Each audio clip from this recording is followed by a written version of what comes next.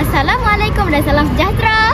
Saya Nur Afika Nabiha, wartawan Chile di Alif TV PSS.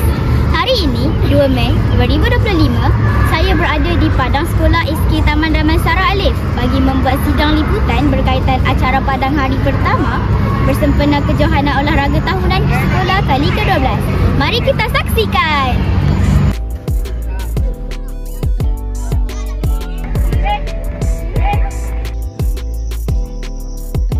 Untuk tahun ni lah, cabaran utama yang paling besar ialah kita bertindih latihan dengan sekolah menengah lah. Itu cabaran yang paling utama lah. Jadi murid-murid kurang latihan.